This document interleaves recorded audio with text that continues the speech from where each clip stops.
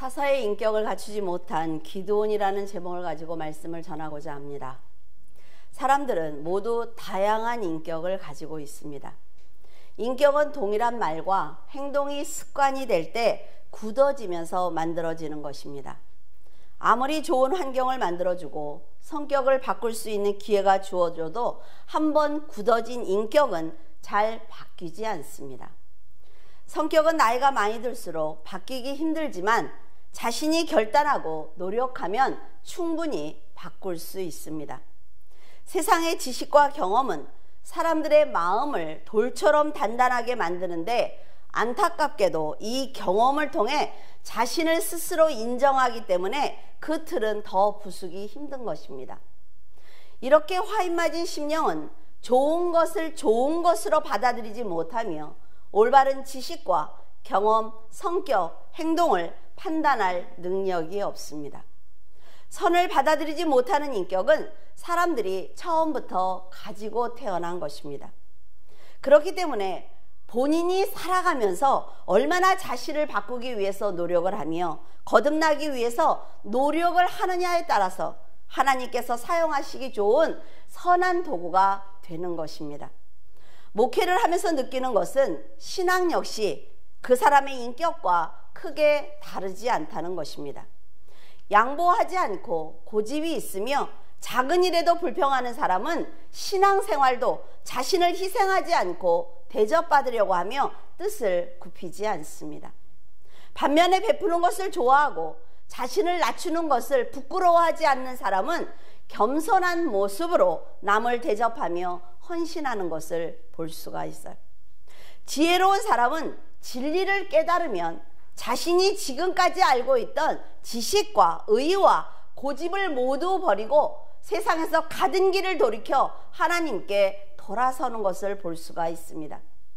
여러분의 인격과 삶의 경험은 신앙과 직결되기 때문에 세상의 삶을 올바로 살기 위해서 노력해야만 신앙생활도 거룩하게 할 수가 있습니다. 6장 38절에서 39절에 그대로 된지라 이튿날 기드온이 일찍 일어나서 양털을 가져다가 그 양털에서 이슬을 짜니 물이 그릇에 가득하더라. 기드온이 또 하나님께 여쭈되 주여 내게 노하지 마옵소서 내게 이번만 양털로 시험하게 하소서 원하옵건대 양털만 마르고 그 주변 땅에는 다 이슬이 있게 하옵소서 하였더니 저는 미디안 사람들이 두려워서 포도주 틀에서 밀을 타작하는 기드온을 보면서 얼마나 사는 게 힘들었을까 하는 안타까운 마음도 있었습니다. 기드온을 사사로 세워 이스라엘을 구원하시겠다는 하나님께 여호와께서 함께 계셨더라면 우리가 이런 고통을 당하지 않았을 것이라는 글을 보면서 한편으로는 어이가 없기도 했지만 그동안 얼마나 힘들었으면 하나님을 만나자마자 이런 하소연을 할 수 있을까라는 생각도 해보았어요. 바알과 아세라상을 찍으라고 하셨을 때 내 예물을 받아주시면 당신을 하나님으로 인정하겠다라는 말을 들으면서 어이도 없었지만 그래 연약한 사람이니까 그럴 수도 있겠다라는 생각도 했어요. 하지만 자신의 예물을 받아주기까지 인내하신 그 하나님을 만났음에도 불구하고 하나님을 만났으니까 죽을까봐 염려하는 그를 보면서 그가 사사로서 끝까지 신앙을 지킬 수 있을까 하는 의문이 들었습니다. 자신을 살려주신 여호와를 끝까지 믿어드리지 않는 기드온은 사사로 세움을 받기에 인격이 부족한 사람이었습니다. 하나님께서 기드온에게 하나님의 영을 부어주셨고 믿음의 형제들을 보내셔서 전쟁을 할 수 있는 모든 준비를 하나님이 만들어 주셨어요. 이제 출정을 기다리는 백성들은 하나님께서 함께 하시고 하나님의 능력을 받은 사사가 함께 있었으니까 얼마나 설렜을까요? 그런데 이때 기드온은 또다시 하나님을 시험합니다.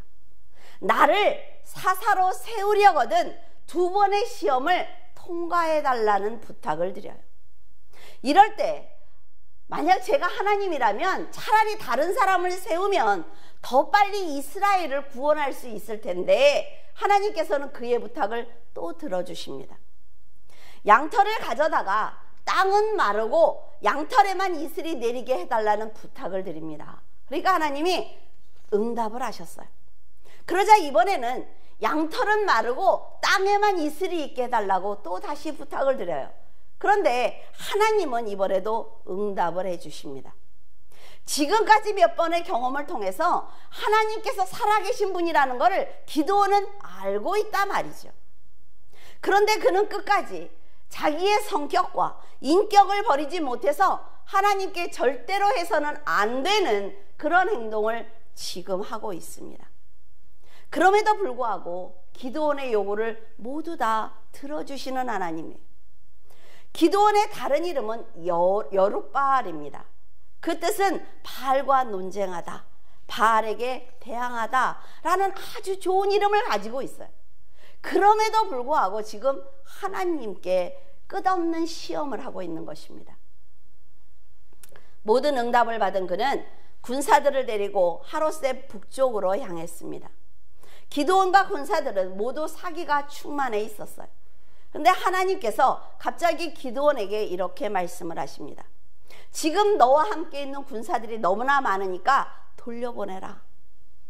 그 이유는 하나님은 지금 전쟁에서 승리하는 것이 목적이 아니에요. 이 전쟁을 통해서 이스라엘을 구원하는 게 목적입니다.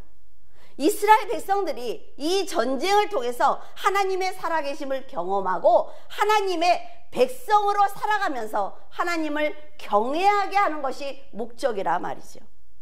그런데 만약 기드온이 이 수많은 군사를 데리고 가서 승리를 한다면 자신의 힘으로 승리했다고 점점 교만해질 것입니다. 전쟁에 승리한 후에 하나님을 향한 감사가 없다면 그들은 절대로 변하지 않습니다. 우리가 수십 년 동안 신앙생활을 하고 하나님을 열심히 헌신을 하는데 변하지 않는 것은 감사가 없기 때문이에요. 감사가 없으면 하나님의 백성으로 절대로 살아가지 않습니다. 이때까지만 해도 기드온은 충만했단 말이죠. 하나님을 2번이나 시험했으니까.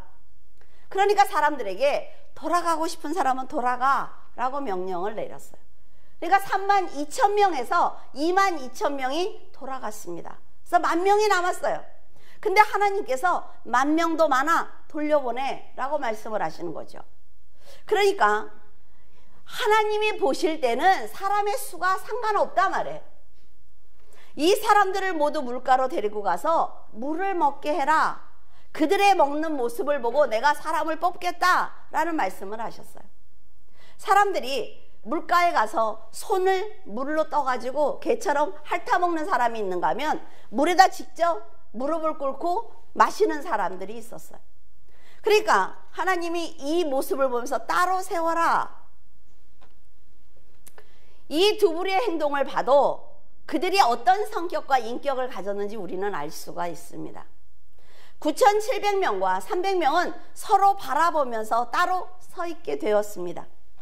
그런데 그들은 어떤 생각을 했을까요? 아, 저 9,700명이 가겠구나 라는 생각을 했을 거예요. 이것은 모든 인간이 가지고 있는 판단의 기준이기 때문에 그렇습니다. 하지만 예상을 깨고 하나님께서는 300명만 두고 9,700명은 돌아가라 라는 명령을 내리셨어요. 상대는 지금 무기와 수십만의 군사를 가지고 있어요. 15만의 군사를 가지고 있는데 하나님은 모두 돌려보내신 것입니다. 이것을 볼 때 전쟁은 사람의 수와 무기로 하는 것이 아니라는 것을 알 수가 있어요. 지금까지 사사들은 사람들이 비웃는 왼손잡이였습니다. 무기도 없이 소를 모는 막대기를 가지고 블레셋을 상대했어요. 연약한 여자인 드보라가 이스라엘을 지켜냈습니다. 이 사사들은 자신들이 부족하다는 것을 알기 때문에 하나님만 바라보는 믿음과 순종하는 인격을 갖춘 사람들이었습니다. 이제 기드온에게 주어진 사명은 300명을 데리고 이스라엘을 구해야 하는 것입니다. 기드온에게 힘과 용기가 될 수 있는 그 수많은 군사들이 돌아가고 이제 300명만 남았단 말이죠. 이때 기드온은 어떤 태도를 취했을까요? 왼손잡이 에후처럼 하나님의 역사하심을 믿고 모압 왕을 죽였을까요? 소모는 막대기 하나로 그 두려운 블레셋을 상대했던 삼갈처럼 하나님께서 계시니까 나는 할 수 있다고 자신 있게 전쟁터로 나갔을까요? 여인의 몸으로 군사를 이끌고 전쟁에 나간 드보라처럼 담대했을까요? 여러분은 기드온이 지금까지 보여준 그 행동을 보면 답을 알 수가 있습니다. 사람의 인격은 쉽게 변하지 않는단 말이죠. 그렇기 때문에 자신을 버리지 않는 한 그 마지막의 선택은 그가 지금까지 한 행동과 말과 동일한 것입니다. 사사로 부름을 받은 기드온은 하나님께서 300명을 남기신 이유가 분명히 있을 것이라는 믿음을 가지고 그 군사들에게 용기를 줘야만 했습니다. 9절에서 11절에 그 밤에 여호와께서 기드온에게 이르시되 일어나 진영으로 내려가라. 내가 그것을 내 손에 넘겨 주었느니라. 만일 내가 내려가기를 두려워하거든 내 부하 브라를 함께 그 진영으로 내려가서 그들이 하는 말을 들으라. 그 후에 내 손이 강하여져서 그 진영으로 내려가리라 하시니, 하나님께서는 기드온이 지금까지 어떤 사람인지 어떤 인격을 가지고 있는지 다 알고 계셨어요. 그래서 그에게 맞춤으로 지금 역사하고 계시는 것입니다. 명령에 순종하기보다는 언제나 자기의 감정이 상하면 대드는 사람이었습니다. 자기가 이해가 될 때까지, 확신이 들 때까지 하나님을 시험했던 기드온이라 말이죠. 기드온은 절대로 하나님을 전적으로 믿어드리지 않았습니다. 하나님께서 이런 기드온이 300명의 군사를 데리고 전쟁터로 향하지 않을 것을 알고 계셨던 거예요. 여러분, 세상에서는 뱀 같은 지혜를 가지고 살아야 합니다. 잘못하면 희생양이 되기 때문에 그래요. 상대가 얘기하는 것을 잘 듣고 이해하고 나서 움직여야 합니다. 확신이 들 때 행동으로 옮겨야만 하나님께서 영화로운 자리에 올리셨을 때 넘어지지 않아요. 여러분이 가진 영적 지식으로 얼마든지 판단할 수 있는 세상입니다. 세상이 굉장한 것 같지요. 학문이 대단한 것 같지요. 아무것도 아니에요. 하나님의 능력을 받은 성도이기 때문에 여러분들은 얼마든지 분별하며 살아갈 수가 있어요. 하지만 하나님께서는 언제나 성도가 하나님의 말씀에 순종할 수 있도록 미리 보여주시고 경험하게 하십니다. 그리고 판단할 수 있는 능력을 주신단 말이에요. 지금 기드온 정도면 하나님이 어떤 분인지 알고 있고, 이 전쟁은 내가 하는 것이 아니라 하나님의 역사로 승리한다는 것을 알고 있습니다. 그럼에도 불구하고 하나님을 믿지 못하고 지금 잠들지 못하고 있는 거예요. 이런 인격을 가진 사람이기 때문에 하나님을 의심하고 미디안을 두려워하며 300명의 이 사람을 데리고 내가 무엇을 할 수 있겠느냐고 지금 불평하고 있습니다. 3만 명을 돌려보내지 않았다면 그래도 힘이 되었을 거라고 투덜댔을 거예요. 300명을 데리고는 절대 승리할 수 없다며 하나님의 그 뜻을 의심하고 있을 것입니다. 이렇게 한번 굳어진 사람은 절대로 변하지 않습니다, 여러분.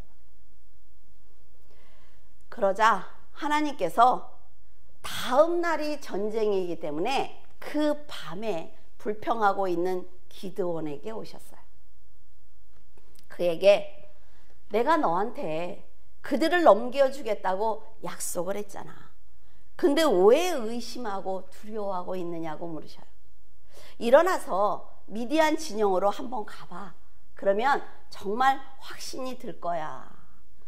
여러분 너무 답답하지 않습니까? 여러분도 어떤 사람하고 일을 할 때 여러분의 마음을 툭 얘기를 했을 때 탁탁탁탁 알아서 일 처리하는 사람하고 아마 일하고 싶을 거예요. 근데 한 가지를 시키면 한 가지를 해놓고 앉아서 계속 의심하는 거죠. 이게 잘 됐는지 못 됐는지, 정말 앞으로 잘 될 건지. 세상 사람들도 그래요. 근데 하나님은 얼마나 답답했을까, 얼마나.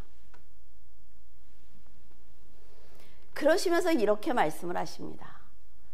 너 혼자 또 적진에 가라 그러면 무섭지. 그러니까 네 부하를 데리고 가. 그러면 네가 자신 있게 내려갈 수 있을 거야. 그냥 어린애 같으면 한 대 그냥, 그렇죠? 등짝을 한 대 때렸으면 좋겠어요. 근데 여러분, 기드온 편에서 생각하면 하나님이 다 만들어 놓고 나보고 이렇게 하라니까 와 좋아 이러지만 이건 축복이 아닙니다. 이건 축복이 아니에요. 하나님이 여러분들한테 자 이만큼 신앙생활 했으니까 너는 이 정도는 할 수 있겠지 라고 말하실 때 저는 뭐 시간이 없고 뭐하고 아직 제가 신앙이 없어서 어쩌고 하다가 막 두들겨 맞고 또 하나님이 사람을 붙여주고 이래서 겨우 했어요. 그건 축복이 아닙니다, 여러분. 하나님께서 이끄시는 대로 여호수아처럼 이해가 되지 않아도 순종하면서 따라가면 하나님께서 준비하신 것을 볼 수가 있어요. 전 정말 여호수아 설교했을 때는 너무 신났었거든요. 기드온 설교했을 때 진짜 병나겠어. 하다가 팍 일어날 때도 있어요. 에이 속 터져 이러고 일어나기도 했어요, 몇 번씩. 자녀에게 예쁜 옷을 사주고 싶은 마음에 백화점에 가자라고 했을 때 내가 그곳을 왜 가야 되는데? 못 타고 갈 건데 계속 이러고 안 가면요 못 얻어 입어요. 부모는 충분히 사줄 능력이 있단 말이죠. 그런데 사주고 싶어도 못 사주는 거예요, 지금. 부모가 가자고 하니까 따라가 보면 예쁜 옷이 있어요. 옷이 생기는 거예요. 가장 중요한 건 순종입니다. 여러분은 지금 성숙하지 못한 기드온이 이렇게까지 하는 것을 보면서 화가 나지 않습니까? 왜 기드온을 버리고 다른 사람을 세우지 않는지, 하나님께서 왜 직접 천사들을 데리고 일하시지 않는지, 왜 이렇게까지 기드온을 달래야 하는지 정말 화가 났어요. 그러면서 기도했습니다. 근데 그 기드온이 누구예요? 나예요. 그렇구나. 여기까지 하나님이 달래서 내가 여기까지 왔구나. 다시 또 가서 또 설교서의 기드온을 이해하면서. 여러분, 하나님이 왜 이렇게까지 하신다고 생각을 하십니까? 그냥 버려버리면 되는데, 그건 바로 사랑하시기 때문에 그렇습니다. 그래서 저와 여러분이 부족함에도 불구하고 인내하고 도와주고 계신 하나님이 계시기 때문에 우리가 여기 지금 성도라는 이름으로 앉아 있는 거예요. 기드온은 그 밤에 미디안과 아말렉과 동방 사람들, 그 모든 사람들이 자고 있는 적진으로 들어갔습니다. 기드온의 눈에는 그들이 메뚜기 떼처럼 많았다고 해요. 해변가에 모래처럼 너무나 많아 보인 거죠. 자신은 지금 300명밖에 없는데 적들이 해변의 모래처럼 많은 것을 보면서 기드온이 두려운 마음을 갖는 것은 당연한 것입니다. 하지만 지금까지 하나님께서 기드온에게 보여주신 그 기적을 생각을 한다면 해변의 모래처럼 많은 적을 볼 때 감사해야 하는 것입니다. 적이 많으면 많을수록 기뻐해야 된다 말이죠. 여러분도 세상을 살면서 하나님의 은혜를 경험하셨을 것입니다. 그런 경험이 있기 때문에 고난이 올 때 두려워하기보다는 이 고난을 통해서 내가 무엇을 배울 것인가 기대해야 된다 말이죠. 고난이 나를 지나가고 났을 때 과연 남는 그 보물이 무엇일까 기대해야 되는 거예요. 이게 성도의 자세입니다. 분명 고난은 두렵고 감당하기 힘듭니다. 하지만 하나님을 모를 때 만나는 고난과 하나님을 알고 만나는 고난은 성도라면 분명히 달라야 한다 말이죠. 하나님께서 여러분보다 앞서서 고난을 해결하시고 그러고 계시는데 뒤에서 믿음으로 따라가기만 하면 되는데 계속 불평하고 계속 의심하고 계속 화내고 옆 사람과 싸우고 그러면 그 고난은 끝나지 않습니다. 하나님을 온전히 의지하지 않고 의심이 많으며 세상의 모든 것을 두려워하는 기드온의 성격을 아시기 때문에 하나님은 끝까지 기드온의 의심을 지금 풀어주고 계세요. 왜? 하나님의 일을 해야 하니까.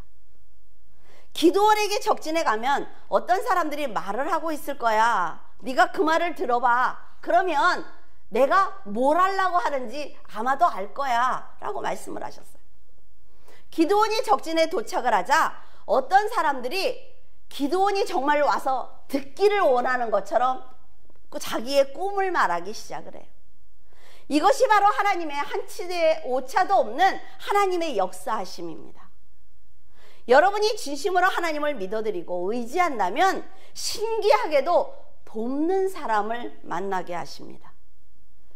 여러분이 정말로 들어야 되는 필요한 말을 듣게 하세요. 원하던 것을 받게 하시고 하물며 원수를 통해서라도 여러분의 문제를 해결하게 하십니다. 한 사람이 자기 꿈에 보리떡 한 덩어리가 미디안 지형으로 굴러 들어와서 장막을 쳐서 다 무너뜨렸다 이렇게 얘기를 합니다. 이 꿈 얘기를 듣던 그의 친구는 정말 뭘 자기가 아는 것처럼 딱 해몽을 해요. 이 꿈은 이스라엘 요아스의 아들 기드온의 칼인데 하나님이 미디안과 그 모든 진영을 그의 손에 붙이셨다는 뜻이야. 이 사람은 뭐예요? 엑스맨이에요. 그렇죠? 이들의 말을 들은 여러분은 이 상황이 어떻게 느껴지십니까? 말 같아요? 이런 상황을 세상 사람들에게 전하면서 이렇게 위대하신 하나님의 노예 코웃음 쳐요. 말 같지도 않은 소리를 한다고 하죠. 기드온에게 두 사람의 이야기를 듣게 하셨고 정말로 그 꿈 얘기를 들으면서 내가 여기에 오기만 하면 이기겠구나 라는 기드온이 확신을 갖게 되었어요. 그제야 기드온은 하나님을 경배하며 300명의 용사에게 큰 소리로 외칩니다. 여호와께서 미디안과 그 모든 진영을 너희들에게 맡겨주셨으니까 일어나라. 기드온의 신앙을 보면 어떤 생각이 드십니까? 이렇게 깊고 넓은 강물이 유유하게 흘러서 정말 아무나 와서 물을 먹을 수 있는 그런 강물이 아니라 정말 한 사람이 이렇게 탁 뜨면 또 바닥이 착 드러나는 그런 샘물 같은 생각이 들지 않아요? 그런데 자, 300명 용사가 기드온을 볼 때 어떻게 볼까요? 충만한 믿음으로 지금 저렇게 메뚜기처럼 많은 적진을 앞에다 두고도 야 일어나 하나님이 너희들에게 맡기셨어 이렇게 말한 사람이 얼마나 멋있어 보였을까요? 와 역시 우리 사사는 충만해 대단해 저렇게 수십만의 적들 앞에서 저렇게 당당할 수가 있을까? 멋있어 라고 인정을 했겠죠. 그런데 지금 하나님과 기드온의 관계를 알고 계시는 여러분은 그 모습을 보실 때 기드온이 어떻게 보이십니까? 꼭 보여줘야만 움직이고 꼭 알려줘야만 따라오는 기드온을 보시는 하나님은 기드온이 충만한 신앙을 오래 갖지 못하는 사람이다 라는 것을 알고 계시는 거예요. 보리떡 꿈 얘기를 들은 기드온은 하나님의 예상대로 딱 한 걸음을 옮겼습니다. 20절에 세대가 나팔을 불며 항아리를 부수고 왼손에 횃불을 들고 오른손에 나팔을 들어 불며 외쳐 이르되 여호와와 기드온의 칼이다 하고 충만한 기드온과 300명의 용사는 나팔과 항아리와 횃불을 들고 나아갔습니다. 모두 잠든 적진을 향해 나아간 300명의 용사는 항아리를 깨며 횃불을 높이 들고 나팔을 불었어요. 그들이 힘차게 여호와와 기드온의 칼이여 하고 소리를 치니까 정말로 놀라운 광경이 그들의 눈앞에 벌어졌습니다. 적들이 항아리가 깨지는 소리에 놀랐고 환하게 빛을 내는 횃불에 놀라 서로 자기들끼리 칼로 치며 도망치기 시작을 했기 때문이에요. 이 작전이 어때요? 너무나 어이없지 않습니까? 15만의 군사가 지금 딱 무장을 하고 무기를 가지고 있단 말이죠. 근데 300명이 가서 항아리를 막 깨니까 막 도망가고 자기들끼리 막 다 죽였어. 이건 영화로 만들어도 망해요. 그렇죠? 그런데 우리들의 인생에도 이런 일이 일어난단 말이죠. 나는 아무것도 가진 것이 없고 상대는 너무 거대한데 그 다음날 가보니까 그 사람이 없는 거예요. 본인이 그 자리에 서는 거죠. 이런 어이없는 일들이 세상에 일어나고 있어요. 왜 그럴까요? 그 중심에 하나님이 계셨기 때문입니다. 하나님이 계시는 곳에는 사람의 능력과 지혜와 지식이 필요 없습니다. 하나님이 하시는 거예요. 한 과학자가 이런 말을 하는 것을 들으면서 굉장히 감동을 받았어요. 사람이 흙에서 나온 것을 정말로 믿습니까? 라고 물었어요. 그러면서 어린아이에게 흙을 주면 그 아이들은 흙을 갖고 두꺼봐 이것만 한대요. 그렇죠? 다른 걸 할 줄 모르니까.